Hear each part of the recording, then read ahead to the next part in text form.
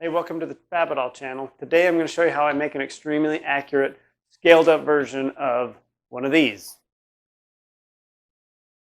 So come on, let's get this thing started. We're going to make a pretty big size one. Say Fabidol. Hello.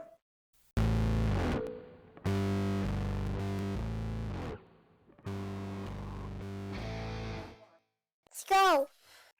My wife and I teach a kids' Sunday school class at church, or at least we did until last month.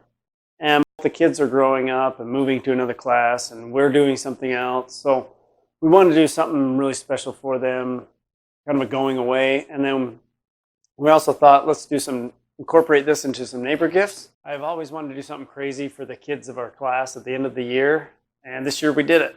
There have been other attempts to make large M&Ms, but most of them are garbage. There are a couple that are quite good, but the problem is most of them use, or all of them actually, use modified ingredients because the method that M&Ms are made is not really scalable to large M&Ms. So during the build, we will discuss why staying true to the ingredients is so difficult for a scaled up version of the M&M. So to make M&Ms, the Mars company uses two processes. The first process is using two large rollers with melted chocolate. They form the basic shape of the M&M. And after the basic shape is formed, they use a machine called a panning machine to put the coating on there. Now, a panning machine is basically like a cement mixer that they put all of the chocolate M&M pieces into, and they roll around and they coat them in their sugar coating. Scaled up version, this panning process is not really feasible because of the size of the M&M. So in order to use a panning machine for the size of M&M we're doing, we would need a panning machine about 8-foot diameter or 3 munchkins. So the panning process is twofold. The first part is engrossing. That is where the bulk of the coating is put on. That's that white that you see when you break through the candy shell, or you dissolve the color off of there. And then there's the coating stage, and that's where they put on the hard colored candy shell that you see. And also that's the same stage where they put the wax coating, which gives the M&M their melt in your mouth, not in your hand slogan. This is where the difficulties come in, since we can't use a panning machine for the coating process. That constant rotating and mixing and movement of the candies creates a nice even coating. They're actually pounding and polishing that coating and making a nice tight crystal structure. This is important because this is where the candy coating gets its strength. So now that we know how the normal M&Ms are made, let's talk about how we're going to go through this to make an enormous M&M. So first, let's look at the tools that I use. So these are 3D printed chocolate molds. They were printed using a Creality CR10S. I'm a little new in the 3D printing game, so there's been a pretty steep learning curve. So case in point, this mold half took 5 days to print, a little over 5 days to print, where the rest of these mold halves only took 2 days each. So I've been learning a few things. So I want to geek out a little bit on the 3D printing for just a moment for anybody who's interested. So these are printed using PETG. I used PETG because of its heat resistance and based on my research when it comes to food safe plastics. While PLA is considered food safe, PETG ranks a little higher on the unofficial scale. For those of you that don't know, PET is actually the plastic that water bottles are made from. PETG is the 3D printing version. So I also opted for the clear filament so as to not have to worry about food safety of pigments or pigment bleeding. So this first mold half was printed using a 0.4 millimeter nozzle using standard print settings. 50 millimeter a second, 0.2 layer height, etc. I also ended up changing the form to remove this open area on the bottom because I thought it would save some filament, but I ended up having to use supports because PETG doesn't like to print over 45-degree overhang. So it didn't really save on any filament. I changed the form to be solid since a solid form didn't really change the print time or the necessary filament, and I printed them upside down. So the first two forms, this was my first form, second form. This form was printed with using about 40% infill, and then this one was printed with 25% infill. And then the other two were printed with 15% infill. And surprisingly, it didn't change that much. Excuse me, 10% infill with these two. And it didn't really change the time that much, but it did. It saved a few hours. So the big difference on these two was I used adaptive layers, which for those of you that don't know, adaptive layers lets the computer decide how fast to advance the height of each layer. And that saves a lot of time and actually makes for a better print because you don't have to worry about detail on really flat surfaces or vertical surfaces on the sides. I also ended up on the last three using a 1mm nozzle. That's where most of the time was saved. So on the time lapse, the spool of filament is moving pretty good because I have it sped up, but in real time, the spool barely moves. However, with a 1mm nozzle, that spool actually really moves pretty good. So each mold half, except for this one, is about 2 pounds. Like I said, this one's a little bit lighter because of the hollow part, but it's probably about 1.5 pounds. But I used 2 pounds of filament, so about 1 kilo each half. And then I also printed this funnel out of PETG, and it's threaded and removable for practicality purposes. And then I also printed these smaller forms for little buttons. Oops. We call them little buttons. They're the exact same thing, just scaled down. 30% of the big one. So the original plan was to preheat the mold to give us a little bit extra time to work the chocolate to get the air out, and I even planned on using a vacuum pump to get the air out of there. That's actually why the funnel is threaded and there's an O-ring seal on here. That was to be able to pull a vacuum and do that. So using the oven ended up not being necessary and actually ended up being a bad idea. The extra heat actually caused the temper to break on the surface of the M&M. And I actually ended up losing one of my small forms because I left it in the oven too long. Because these can handle pretty good amount of heat, but I left it in there for about an hour and it deformed. So all in all, I ended up remelting 5 M&Ms, 5 large M&Ms. The first 3 were because I got a little anxious to go to sleep at night. So I turned up the chocolate melter a little too high and broke the temper.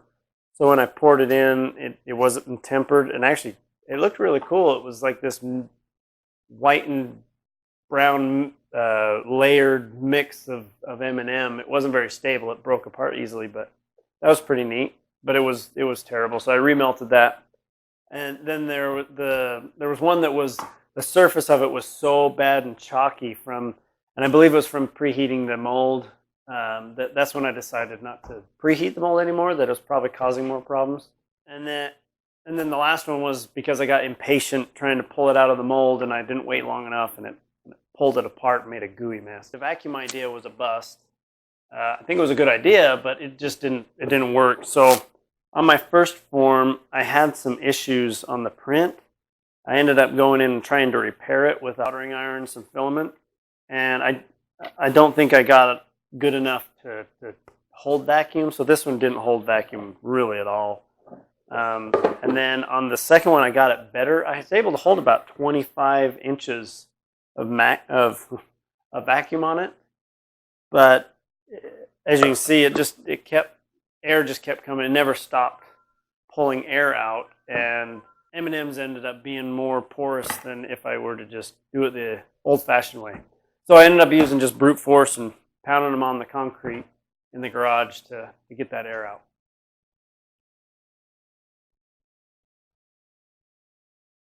So I purchased this chocolate melting machine. I wanted to do a tempering machine, but this project required at least 10 pounds of chocolate to be melted per day on the weekdays and 20 pounds a day on the weekends. A tempering machine to do this is in the hundreds, almost thousands of dollars range. So I just opted for a double boiler type heating machine, and it worked great. I could easily heat 15 pounds of chocolate, fill it up at night, and have it ready for the next pour the following night. So now let's talk about ingredients. This is where I feel that my version of the M&M is superior, and I only mean that because I only use the ingredients that is on the package of M&Ms. So cream of tartar, for example, is one of those modifiers that would have given the candy coating a little bit more strength and would have helped with the sugar crystal formation. The other problem is that I know that at the M&M factory they use other modifiers that they don't have to put in their ingredient list because they evaporate. For example, water. Of course, I used water, but it evaporates, so you don't have to put it in the ingredient list. They might use some other ones, some other kind of some solvents, and like an ethyl acetate or acetone, things that they can put in there, but they disappear, so they don't have to put them in there. And I don't know what those are, so that was a little bit of a struggle. So it took this version may not have the strongest coating, but it's accurate to the ingredients at least. And then another thing in their ingredients is of course they don't tell you what form they have those in. For example, the wax. I can only get Carnauba wax in a flake form, but they could get it in a powder form, in a pearl form, in a liquid form with the solvents that I talked about. There's some different options that they would have that I just couldn't get a hold of without buying 1,000 pounds of it or something. So these are the ingredients. First, I want to mention that on food ingredient lists, it's common practice to list the ingredients in order of proportion, meaning the ingredients used the most will be first on the list and so on. In this case, it's the chocolate. However, I've always believed that even though it says milk chocolate, that there's just a hint of bittersweet in the chocolate. And I believe that's to offset the sweetness of the candy coating, because otherwise M&Ms might be a little too sweet for most people. And of course, we had to figure it out with the chocolate we could get, because I can't buy Mars chocolate. Or at least, I can't buy the chocolate they use for M&Ms because of the process they use. Okay.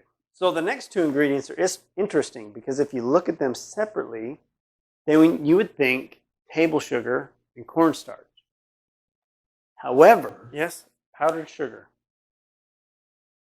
Powdered sugar is just that. Finely ground sugar with cornstarch. Here is where we can start making some more deductions, my dear Watson.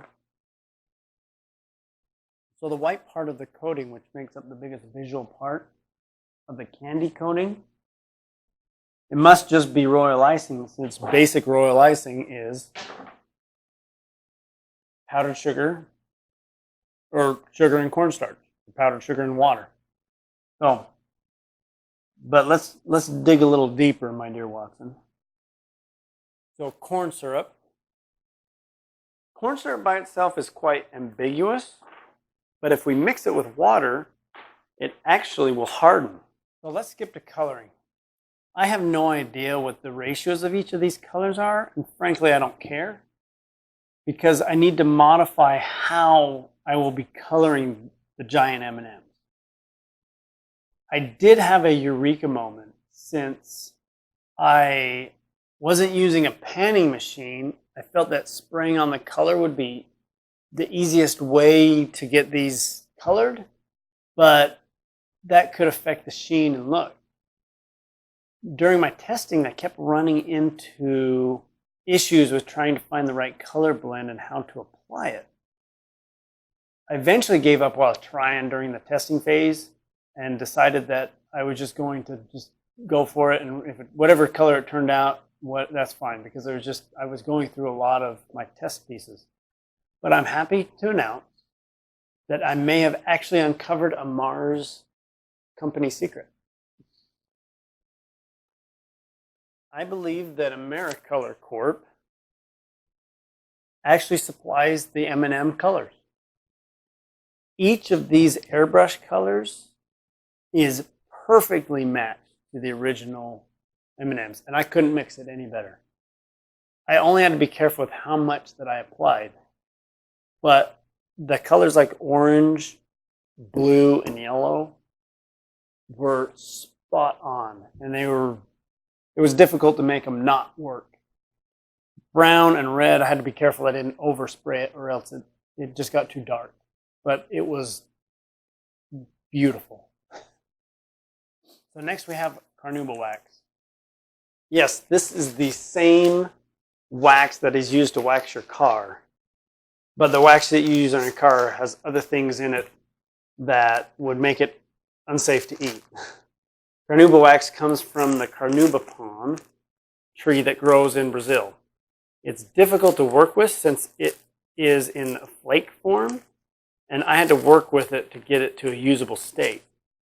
Now I want to talk about the next two ingredients. This is where we have to put on our science hat. Dextrin and gum acacia. So first let's tackle the gum acacia. This is also called gum arabic, like I have here. It comes from the acacia tree and is actually a very common food additive. It's similar to soy lecithin. It's an emulsifier, meaning it has the ability to make oil and water mix. It's also called a food glue. Remember that. During my initial testing, I had a problem with the royal icing mixture sticking to the chocolate. So let me show you what I mean with the demonstration. So here we've got 2 sample pieces of tempered chocolate, and we've got 2 mixtures of royal icing. The one on the right contains gum acacia, while the one on the left is just plain royal icing. So if I take the chocolate and dip it into the icing right away, you can see that the icing does not stick to the chocolate and it drips off. Next, if we dip the other sample in the royal icing with the additive, then we will see it hangs on just a little better. When I added the gum acacia to the royal icing mix, it made the mixture more viscous and gave it a feel like wood glue. And I only used a very small amount. On the Food Network show of Unwrapped, the M&M episode, they say that they mention that the coating process is a secret, and later I'll show you how I think they do this and how we modified it for our handmade version. So the final ingredient is the strangest of all. This is the dextrin. And it comes from, yes, Benefiber is 100% pure dextrin. Dextrin is very similar to gum acacia with what it does. However, there's one property of dextrin which I think exposes where and why it is used. Dextrin is used to make optically active solutions. This has a lot of use in the scientific world for measuring sugar concentrations. However, I believe that it is being used here to both enhance the color of the candy and to make the hard candy shell stronger. An interesting observation is when I mixed the dextrin into the corn syrup and water, the mixture was initially cloudy, but after a few minutes it cleared right up. Benefiber, now with dextrin. Because shouldn't your turds look as good as you feel? So now that we have all the ingredients lined up, let's go into the candy making process. First, we assemble the mold and clamp it tight. Next, we fill the mold all the way to the top with chocolate. After the mold is full, it's time to shake out any air bubbles since our vacuum idea didn't work. So we made 2 sizes of M&M, the large 5-pound version and a smaller 4-ounce version. Originally, I only intended to make a few as test subjects, but my wife mentioned that they would make for great neighbor gifts. This turned out to be a good idea for using less chocolate, but a dumb idea for the amount of work. The form was then put into the freezer for at least 2 hours, hopefully not more than 6. If it was left in the freezer for more than 6, the chocolate would end up sweating after I took it out of the mold, or I had to let it sit for quite a few hours in just a cool environment or in the kitchen to keep it from sweating. Or when I took it out of the mold, I had to let it dry, and it got really tacky and sticky.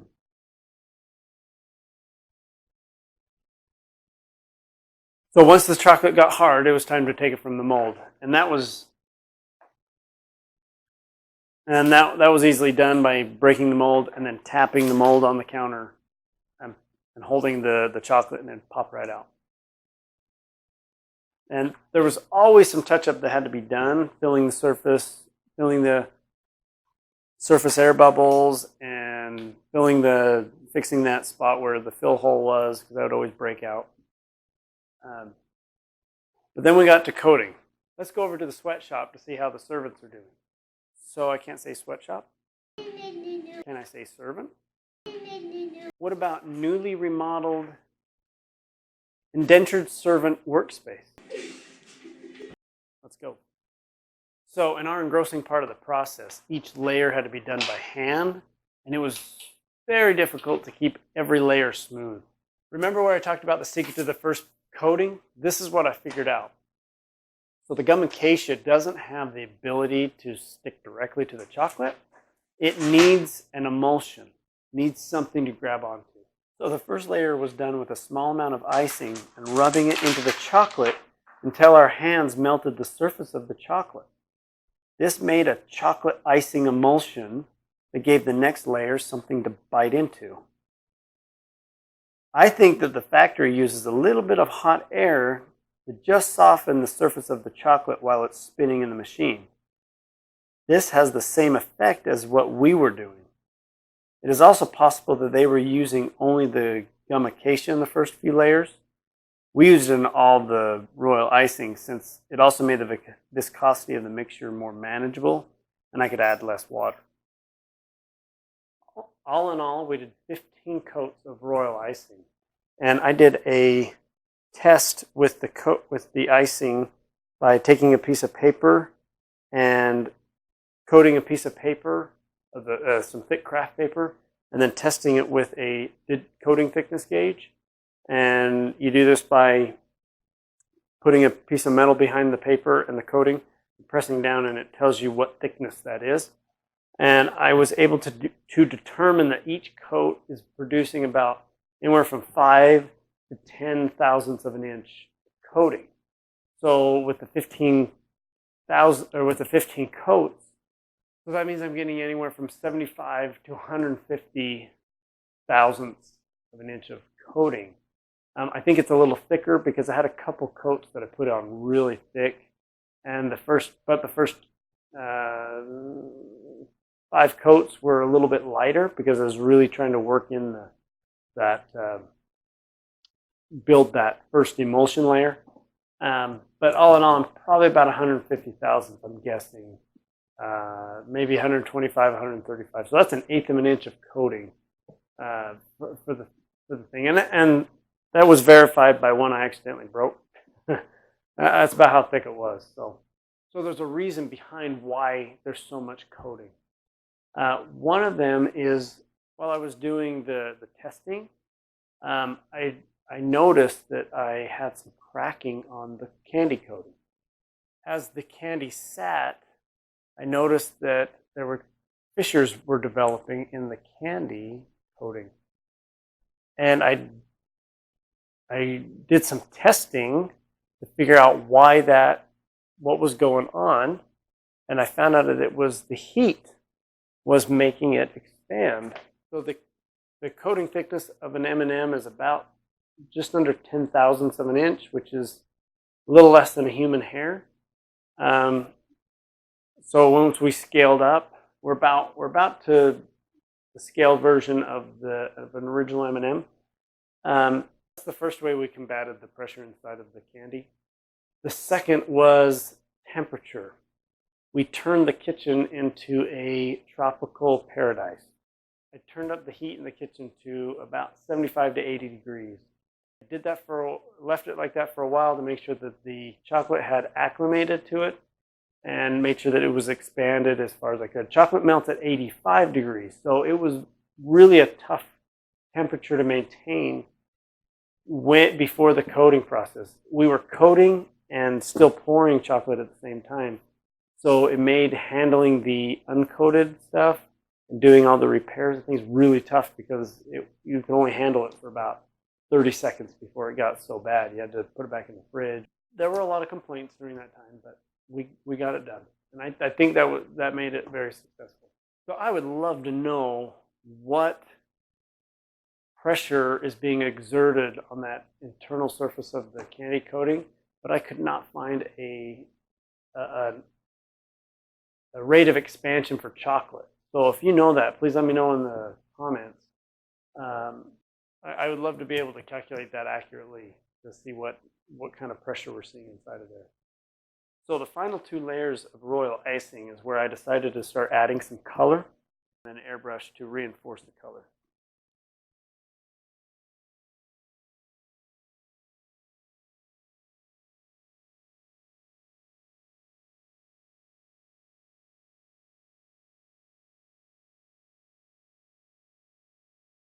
And next was the hard clear coat. This was simply corn syrup, water, and dextrin. I opted to spray this on because since we airbrushed the color on, the color tended to bleed through easily. And spraying the light coats kept the color at bay. We got a little rushed since Christmas was almost here and I wanted to get these delivered the Sunday before Christmas. We ended up scrimping a little on the corn syrup coating. We only did about 3 coats, but it was enough to keep the color from coming through for the most part. But too much handling pulled the color out and it could get messy. So the final coat was the wax. It was the most difficult to put on. So there is a Fabidol version of a giant M&M. Together we made 26 large M&Ms and 60 of these small M&Ms. These small M&Ms ended up being much more difficult than the large M&Ms because they were so small it was hard to get a good candy coating. If you were some of the first recipient of some of these, and so they were not up to Fabidol quality standards. So I apologize if they may have looked cool, but they didn't turn out as good. So we learned a few things. So we ended up using 130 pounds of chocolate, not including the 5 pounds that I lost by being an idiot. 30 pounds of powdered sugar, a heck of a lot of elbow grease, a lot of pain pills, mostly for me, and I think I developed a new pain area. We started this project on Thanksgiving weekend and really didn't finish until Christmas, but we did get it done and they turned out really nice. So here's some facts about the big ones. So each one, so the 26, they weighed between 5 pounds 4 ounces and 5 pounds 9 ounces. The small ones were 5 ounces around. They contained 4.5 pounds of chocolate and a pound of candy coating.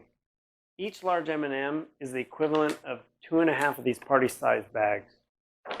If you were to sit down and eat one yourself, you would be consuming 11,200 calories, 4 pounds of sugar, type 2 diabetes, lifelong regret, and probably a hatred of chocolate. This video is dedicated to Tice, Ashley, Eve, McCoy, Milo, Natalie, Rose, Will, Journey, Brooklyn, Christian, Sam, and Edith. We seriously had a lot of fun with this. It's different than what I usually do on the channel. But as you can see, the rings around my eyes, I am exhausted. I'm out.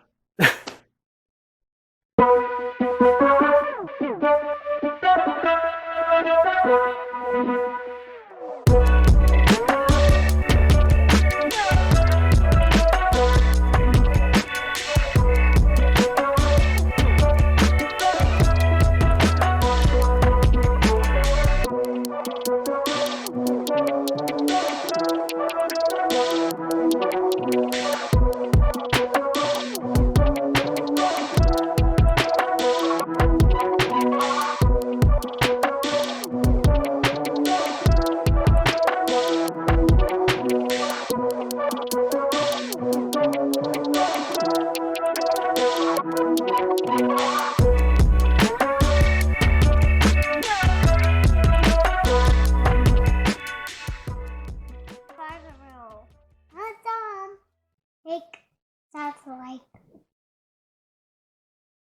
oh yes. Somebody come on here, Patrick, so